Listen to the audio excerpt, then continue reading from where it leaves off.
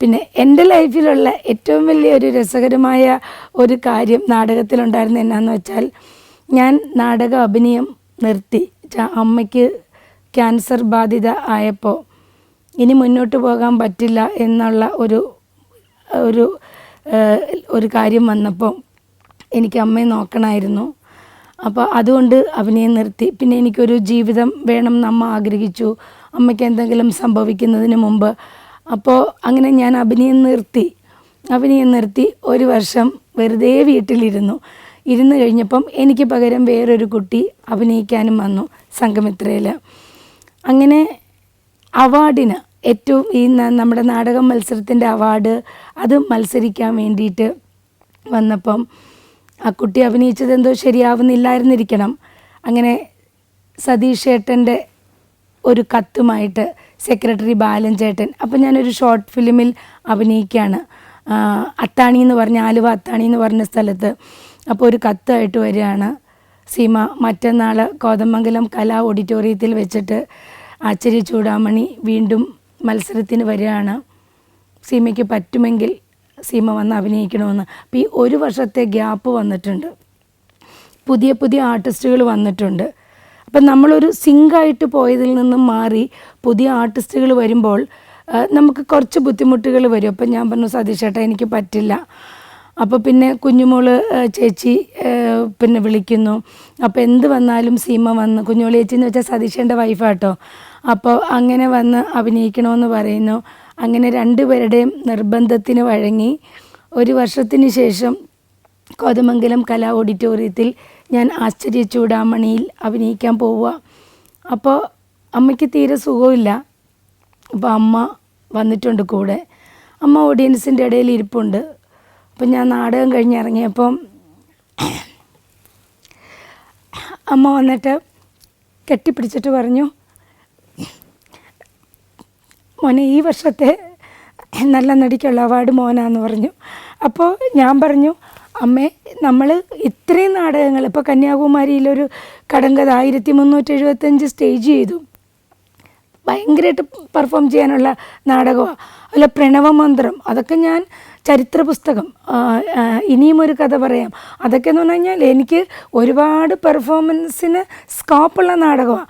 ഈ നാടകത്തിലൊന്നും അഭിനയിച്ചിട്ട് കിട്ടാത്ത ഒരു അവാർഡ്, ഈ നാടക അഭിനയത്തിൽ നിന്ന് മാറി 1 വർഷം കഴിഞ്ഞിട്ട് അങ്ങനെ ഒരു നാടകത്തിന് എന്ത് അവാർഡ് കിട്ടാനമ്മേ, അതൊന്നും വെറുതെയാന്ന് പറഞ്ഞു. അപ്പോൾ പറഞ്ഞു, മോൻ നോക്കിക്കോ ഇതിന് മോൻ അവാർഡ് കിട്ടുമെന്ന് പറഞ്ഞു.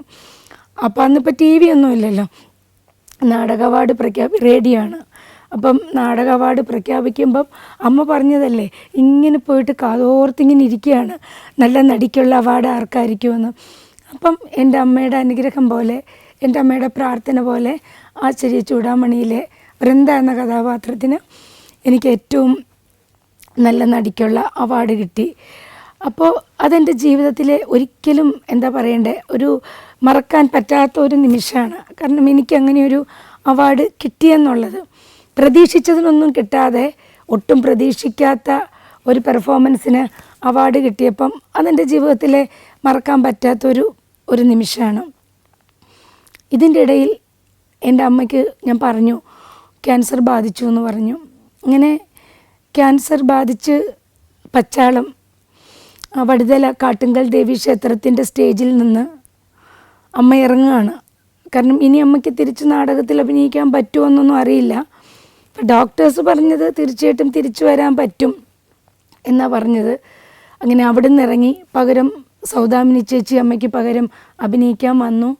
പിന്നെ അമ്മയെ നേരെ ഞങ്ങൾ RCCയിലേക്ക് കൊണ്ടുപോവുക. RCC കൊണ്ടുപോയി പെട്ടെന്ന് ബ്രസ്റ്റ് ക്യാൻസർ ആയിരുന്നു, ബ്രസ്റ്റൊക്കെ റിമൂവ് ചെയ്തു, ഓപ്പറേഷനൊക്കെ കഴിഞ്ഞു.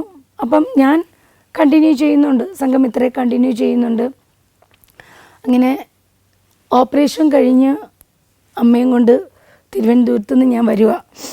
അപ്പം കൊല്ലത്താണ് അന്ന് 2 നാടകമുണ്ട്. അപ്പം അമ്മയ്ക്ക് പകരം അഭിനയിച്ച സൗദാമിനി ചേച്ചി ചേർത്തല എക്സ്റേ കവലയിൽ നിൽക്കാം എന്നാണ് പറഞ്ഞേക്കണേ. അപ്പോൾ ഡെയിലി നാടകം ഉള്ളതുകൊണ്ട് ആർട്ടിസ്റ്റുകളും ക്ഷീണിതരാം.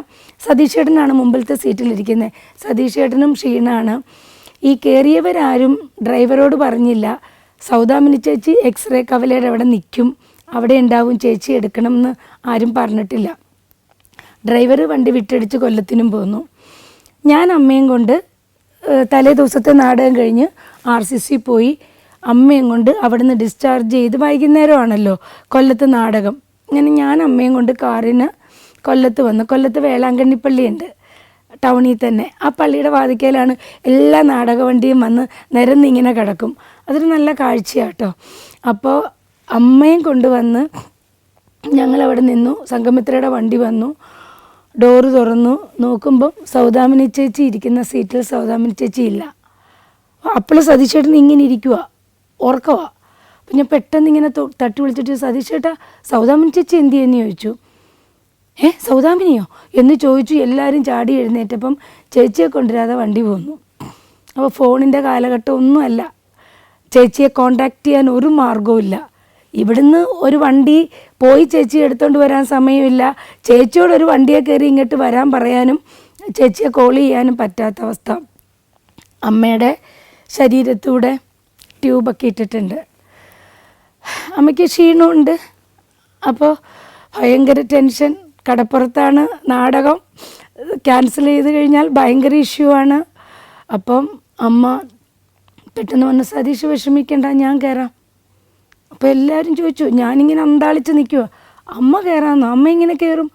അപ്പോൾ പറഞ്ഞു അത് കുഴപ്പമില്ല, ഞാൻ കയറിക്കോളാം, എനിക്കൊരു പ്രശ്നമില്ല. കാരണം ഇത്രയും കാലം ഇവിടെ നിന്നുള്ള ചോറല്ലേ ഞാൻ കഴിച്ചേ, എനിക്കതിനുള്ള കരുത്തൊക്കെ കിട്ടും, എനിക്ക് ഈശ്വരൻ ആ കരുത്ത് തന്നോളും, ഞാൻ കയറിക്കോളാം എന്ന് പറഞ്ഞു. എല്ലാവരും കാല് പിടിച്ച് പറഞ്ഞിട്ടും അമ്മ കേട്ടില്ല. അമ്മ അതിൻ്റെ മുകളിൽ ഈ ട്യൂബിൻ്റെയൊക്കെ മുകളിൽ ഡ്രസ്സൊക്കെ ഇട്ട് അമ്മ സ്റ്റേജിൽ കയറി. ഞങ്ങളിങ്ങനെ സൈഡിൽ 2 സൈഡിലും ആൾക്കാർ ശ്വാസം അടക്കി പിടിച്ച് നിൽക്കുക, എന്നെ വിറയ്ക്കുക. ചേച്ചിയും അണ്ണനും അറിഞ്ഞ് എന്നെ കൊല്ലും. കാരണം അമ്മ ഇങ്ങനെ കയറ്റി എന്നൊക്കെ അറിഞ്ഞാൽ അങ്ങനെ ചെയ്യാൻ പാടില്ലല്ലോ. പക്ഷേ അമ്മ ഇങ്ങനെ ഈ അരിഞ്ഞു കളയും നമ്മളെന്ന് പറഞ്ഞിട്ട് ഈ കൈ വെക്കുമ്പം ഈ ട്യൂബ് ഇവിടുന്ന് ഇങ്ങനെ ഇത് ചെയ്യുമ്പോൾ ഈ അമ്മ ഇട്ടിരിക്കുന്ന ഡ്രസ്സ് ഇങ്ങനെ ബ്ലഡിൽ കുതിരുക. ഇതൊക്കെ ഞങ്ങൾ സൈഡിൽ നിന്ന് കാണുന്നുണ്ട്. പക്ഷേ ഈ മുമ്പിലിരിക്കുന്നവർക്ക് ഇതൊന്നും അറിയില്ലല്ലോ, അല്ലെ അമ്മ ഓപ്പറേഷൻ കഴിഞ്ഞിട്ട് വരുവാണെന്നോ ഇതെന്താണെന്നൊന്നും അറിയില്ലല്ലോ. അങ്ങനെ അമ്മ നാടകം കഴിഞ്ഞിറങ്ങി. അന്ന് 2 നാടകവും അമ്മ അഭിനയിച്ചു. അപ്പോൾ അമ്മ പറഞ്ഞൊരു വാക്കുണ്ട്, മരിച്ചു വീണാൽ ഞാൻ ഈ നാടകവേദിയിൽ തന്നെ മരിച്ചു വീഴുന്നതിൽ അഭിമാനം കൊള്ളുന്ന, അതാണ് എൻ്റെ ജീവിതത്തിലെ ഏറ്റവും വലിയ എനിക്ക് സന്തോഷമാകുന്ന നിമിഷം, അതുകൊണ്ടാണ് ഞാൻ കയറിയെന്ന് പറഞ്ഞു. കാരണം അമ്മയിൽ നിന്നും അതുപോലെ തിലകൻ ചേട്ടൻ പറഞ്ഞിട്ടുണ്ട്. അപ്പം അമ്മയിൽ നിന്നും ഇതേപോലുള്ള ആൾക്കാരിൽ നിന്നും ഇപ്പോഴത്തെ തലമുറ കണ്ടുപിടിക്കേണ്ട ഒരു കാര്യമുണ്ട്.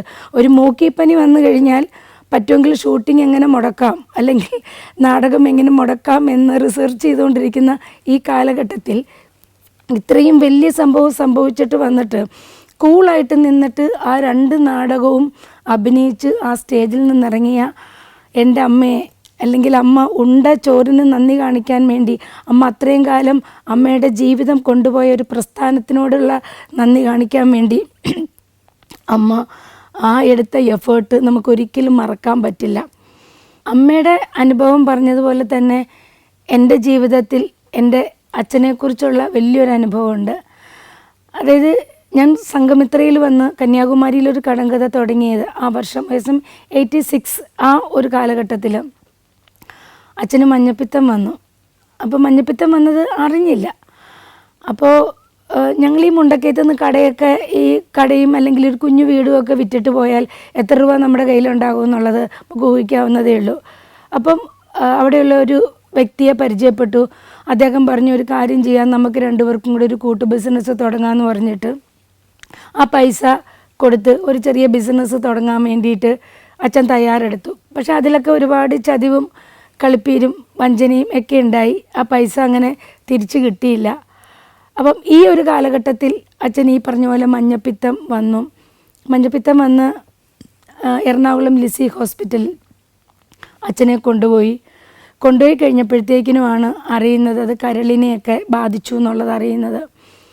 അങ്ങനെ അച്ഛൻ പെട്ടെന്ന് മരിച്ചു. കാരണം അച്ഛൻ്റെ മരണവും അമ്മയുടെ മരണവും ഒന്നും ഞങ്ങളുടെ ജീവിതത്തിൽ നമ്മളത് പ്രതീക്ഷിച്ചിരുന്ന ഒരു കാര്യമല്ല, പെട്ടെന്നുണ്ടായ സംഭവങ്ങളാണ്. അങ്ങനെ അച്ഛൻ്റെ ബോഡി കൊണ്ടുവന്നു. വാടക വീട്ടിലാണ് താമസിക്കുന്നത് എറണാകുളത്ത്. അപ്പോൾ ഇളമക്കരയിൽ അങ്ങനെ ആ വീട്ടിൽ കൊണ്ടുവന്ന് ബോഡി കിടത്തി. അപ്പോഴാണ് അടൂർ പറക്കോട് ഫൈൻ ആർട്സ് സൊസൈറ്റിയിലെ നാടകം. മരിച്ചു കിടക്കുന്നത് അച്ഛനാണ്, മരിച്ചു കിടക്കുന്നത് ഒരു ഭർത്താവാണ്, അമ്മയുടെ ഭർത്താവാണ്. പക്ഷേ നമ്മളവിടെ നാടകത്തിന് പോകേണ്ടുന്ന ഒരു ഘട്ടം വന്നു. കാരണം ചിലപ്പോൾ വിശ്വസിക്കില്ല, ഇങ്ങനെ പല നാടക സമിതിക്കാരും ഓരോന്ന് പറഞ്ഞ് നാടകമൊക്കെ മാറ്റാറുണ്ട്. അപ്പോൾ അങ്ങനെ നമുക്ക് പെട്ടെന്ന് നാടകം ഇത് ചെയ്യാൻ പറ്റില്ല, അവർ ഫൈൻ ആർട്സ് സൊസൈറ്റിയാണ്, വിശ്വസിക്കത്തില്ല. അപ്പോൾ അമ്മ പറഞ്ഞു, കൈ പിടിച്ചിട്ട് പറഞ്ഞു, സതീഷ് ചേട്ടനുണ്ട്, അപ്പോൾ പറഞ്ഞു ഞങ്ങൾ വരാം നാടകത്തിന്, ഞങ്ങൾ തിരിച്ചു വരുന്നത് വരെ ചേട്ടനിവിടെ ഉണ്ടാവില്ല, എങ്ങും പോവില്ലല്ലോ. അപ്പോൾ അതിനിപ്പോൾ അവർ പറഞ്ഞ് സമ്മതിച്ചില്ല എന്നുണ്ടെങ്കിൽ അതൊന്നും കുഴപ്പമൊന്നുമില്ല, നമുക്ക് എന്താണെങ്കിലും നമുക്ക് നാടകത്തിന് പോവാം. അപ്പം ബന്ധുക്കളും എല്ലാവരും പറഞ്ഞു, സുമതി എന്താ ഈ പറയണേന്ന് ചോദിച്ചു. പറഞ്ഞു നാടകം എങ്ങനെ മുടക്കാൻ പറ്റുക, നാടകം മുടക്കാൻ പറ്റില്ല. കാരണം അത് ഇപ്പോൾ പറഞ്ഞിട്ടും ചിലപ്പോൾ അവരത് സമ്മതിക്കുന്നില്ല, ചിലപ്പോൾ അവർക്ക് സത്യമാണോ കള്ളമാണോ എന്നറിയാത്തത് കൊണ്ടാവാം എന്ന് പറഞ്ഞു. അങ്ങനെ എന്നെ പിടിച്ചിട്ട് അമ്മ വണ്ടിയിൽ കയറി കുറച്ചങ്ങോട്ട് പോകുമ്പോഴത്തേക്കിനുമാണ് അവർക്ക് സത്യമാണെന്ന് മനസ്സിലായത് കൊണ്ടാവാം അവർ പറഞ്ഞു, പിന്നെ വരണ്ട, പിന്നൊരു ഡേറ്റിലേക്ക് നമുക്ക് നാടകം മാറ്റാം, അത് എല്ലാവരും കൂടെ ആലോചിച്ചിട്ട് ആ ഡേറ്റ് പറയാമെന്ന് പറഞ്ഞു. അങ്ങനെ തിരിച്ച് വന്ന് അച്ഛൻ്റെ ബോഡി അടക്കുന്ന ചടങ്ങിലേക്ക് പോയി.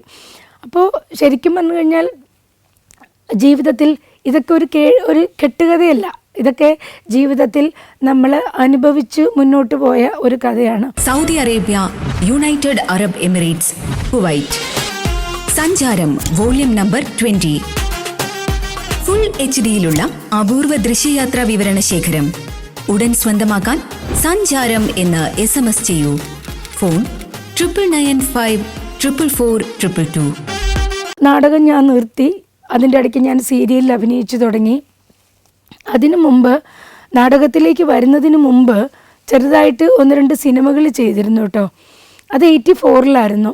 അപ്പം ജോസ് പ്രകാശ് സാറിൻ്റെ കൂടെയൊക്കെ അമ്മ അഭിനയിച്ചിട്ടുണ്ട്. അപ്പോൾ പ്രേംപ്രകാശ് ഏട്ടൻ്റെ കൂടെ എൻ്റെ ചേച്ചി ദീപിക ബാലചന്ദ്ര സഖ്യത്തിൽ പാടിയിട്ടുണ്ട്. പ്രേംപ്രകാശ് ഏട്ടൻ നല്ലൊരു ഗായകനാണ്. അപ്പോൾ ഇവർ രണ്ടുപേരുമായിരുന്നു അന്ന് ദീപിക ബാലചന്ദ്ര സഖ്യത്തിലെ ഗായകർ. ജോസ് പ്രകാശ് ഏട്ടൻ്റെ സാറിൻ്റെ കൂടെ അമ്മ അഭിനയിച്ചിട്ടുമുണ്ട്. പ്രകാശ് മൂവി ടോണിൻ്റെ ആയിരുന്നു പറന്ന് പറന്ന് പറന്ന്, പത്മരാജൻ സാറിൻ്റെ. അപ്പോൾ അമ്മയെ പത്മരാജൻ സാറിനും അറിയാം. ഇപ്പോൾ ഒരു രസത്തിന് വേണ്ടി, ഒരിക്കലും ഒരു സീരിയസ് ആയിട്ടല്ല. അങ്ങനെ പോയിട്ട് ഞാൻ പറന്ന് പറന്ന് പറന്ന് എന്ന് പറഞ്ഞ സിനിമയിൽ കുറേ കുട്ടികളുണ്ട്. ആ കുട്ടികളുടെ കൂട്ടത്തിലൊരു കുട്ടിയായിട്ട്, എന്നാൽ 1-2 സീൻ എടുത്തു പറയത്തക്ക സീനുണ്ട്, അങ്ങനെ അഭിനയിച്ചിട്ടുണ്ട്. അപ്പോൾ ശരിക്കും പറഞ്ഞു കഴിഞ്ഞാൽ ഇപ്പോൾ ഞാൻ 40 വർഷമായി അഭിനയ രംഗത്തേക്ക് വന്നിട്ട് തന്നെ. അതൊരു 10ാം ക്ലാസ്സിൻ്റെയൊക്കെ ആ ഒരു കാലഘട്ടത്തിലായിരുന്നു ഞാൻ പറന്ന് പറന്ന് എന്നുള്ള സിനിമയിൽ അഭിനയിച്ചത്. പിന്നെ വലിയ മോഹങ്ങളില്ല, അല്ലെങ്കിൽ ഭയങ്കര സിനിമാ നടിയാവണം, കുറേ സിനിമകൾ ചെയ്യണം, അങ്ങനെയുള്ള മോഹങ്ങളൊന്നുമില്ല. അപ്പോൾ ഒരു നേരം പുലരുമ്പോൾ പറന്ന് പറന്ന് അങ്ങനെയൊക്കെ അഭിനയിച്ച് ആ ഒരു സിനിമ അഭിനയത്തിനെ ഒരു മൂലയിലേക്ക് ഒതുക്കി.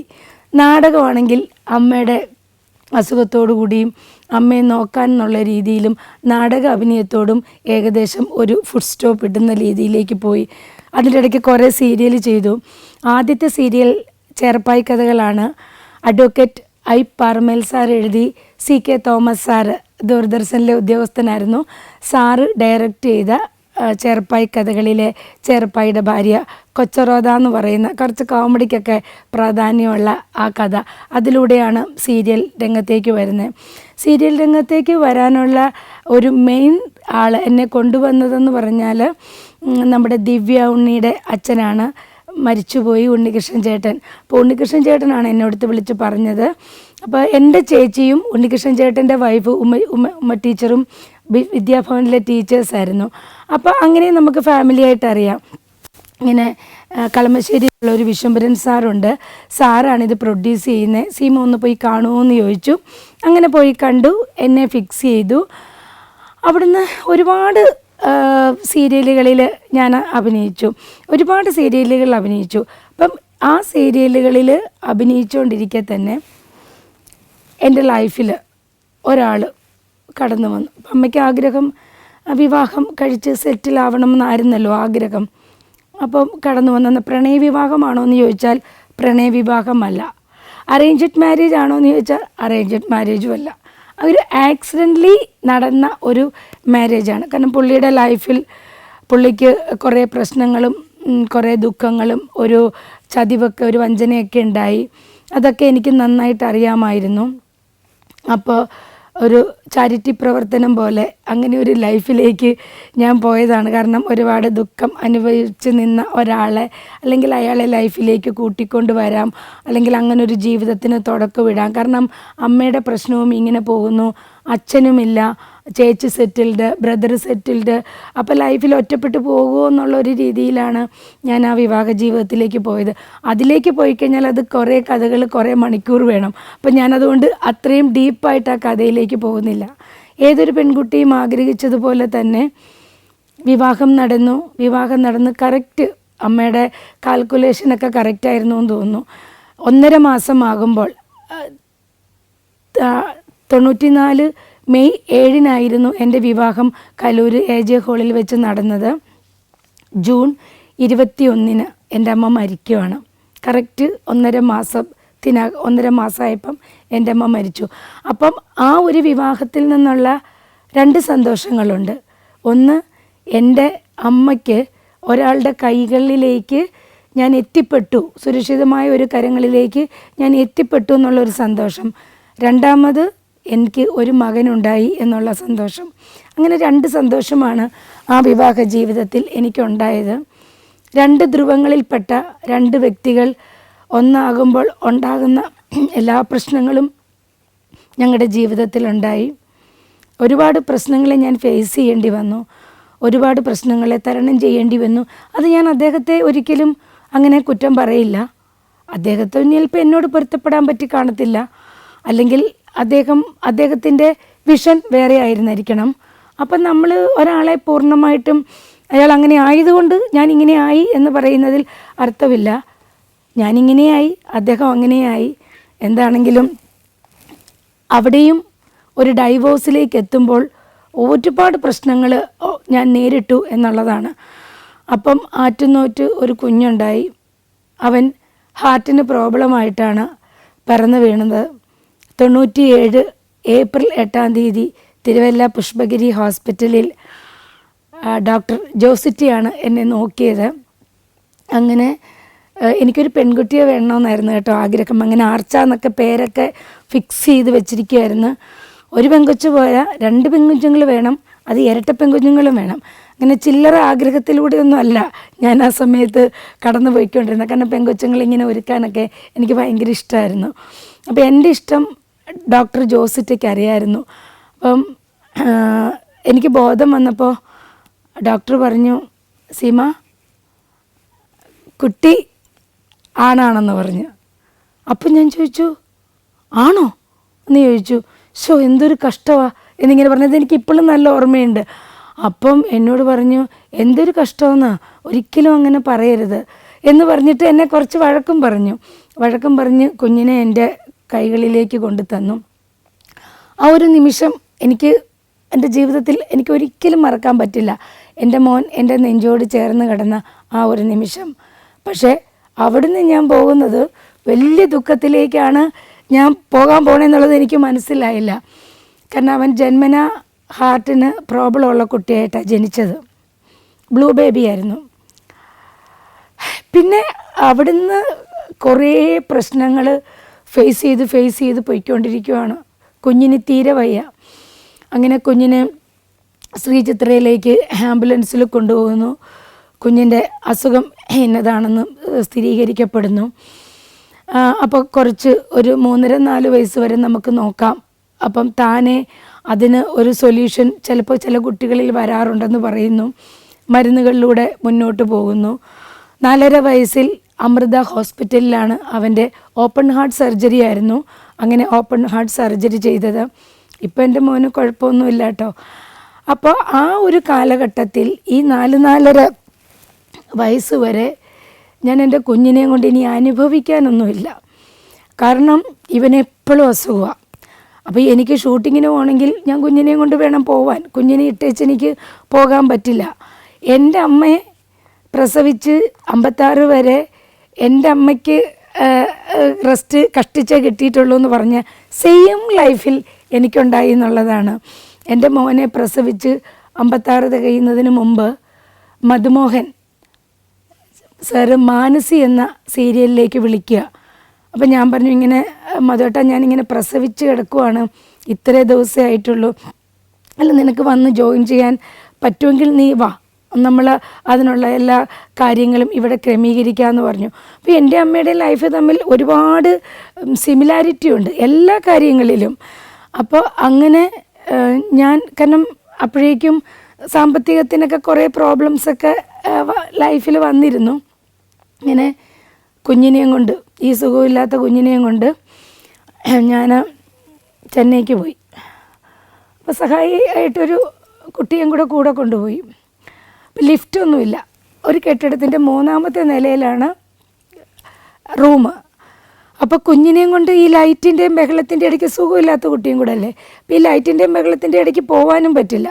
അപ്പം 3ാമത്തെ നിലയിൽ സരളയുടെ കയ്യിൽ കുഞ്ഞിനെ ഏൽപ്പിച്ചിട്ട് ഞാൻ സ്റ്റെപ്പ് ഇറങ്ങി വരണം. സ്റ്റെപ്പ് ഇറങ്ങി അവിടെ ചെന്ന് അഭിനയിക്കുമ്പം ഈ ഒരേ കെട്ടിടത്തിൻ്റെ പോർഷനാണ്. അപ്പോൾ മോളിൽ നിന്ന് കുഞ്ഞിൻ്റെ കരച്ചിൽ കേൾക്കാം.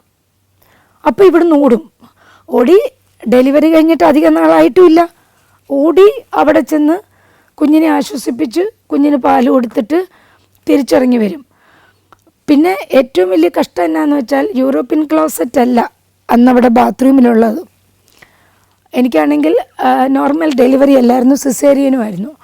അപ്പോൾ ആ സാധാരണ ക്ലോസറ്റിൽ നമ്മൾ ഇരിക്കുമ്പോഴുള്ള ബുദ്ധിമുട്ട് നമുക്കറിയാമല്ലോ, നമുക്ക് എന്തിനാണെങ്കിലും ഭയങ്കരമായിട്ട് ബുദ്ധിമുട്ട് സഹിക്കണം. അങ്ങനെ ആ ബുദ്ധിമുട്ടുകളിലൂടെയാണ് ഞാൻ മാനസി എന്ന് പറയുന്ന സീരിയൽ കണ്ടിന്യൂ ചെയ്യുന്നത്.